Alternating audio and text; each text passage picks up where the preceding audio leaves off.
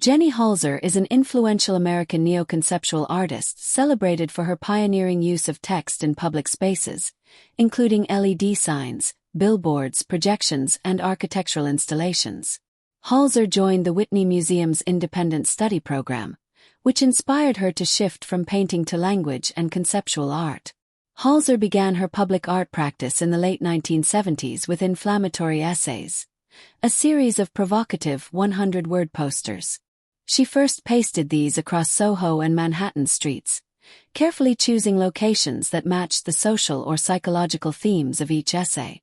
Inflammatory essays were displayed as street posters, later shown in galleries including Oracle in Berlin, Germany, and at the MACBA Museum in Barcelona.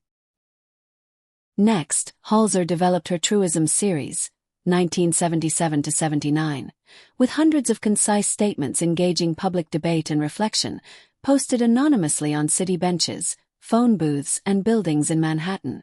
Truisms evolved from posters to billboards, most notably featured on Times Square's Spectacolor board in New York.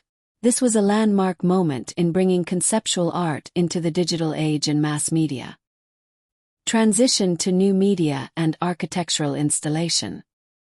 Holzer continued innovating by using LED technology to present her texts in galleries and museums, as well as on public buildings.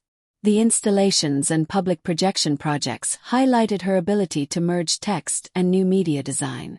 Holzer is recognized for her feminist approach, situating language in culture and addressing social realities through a neutral, sometimes anonymous voice.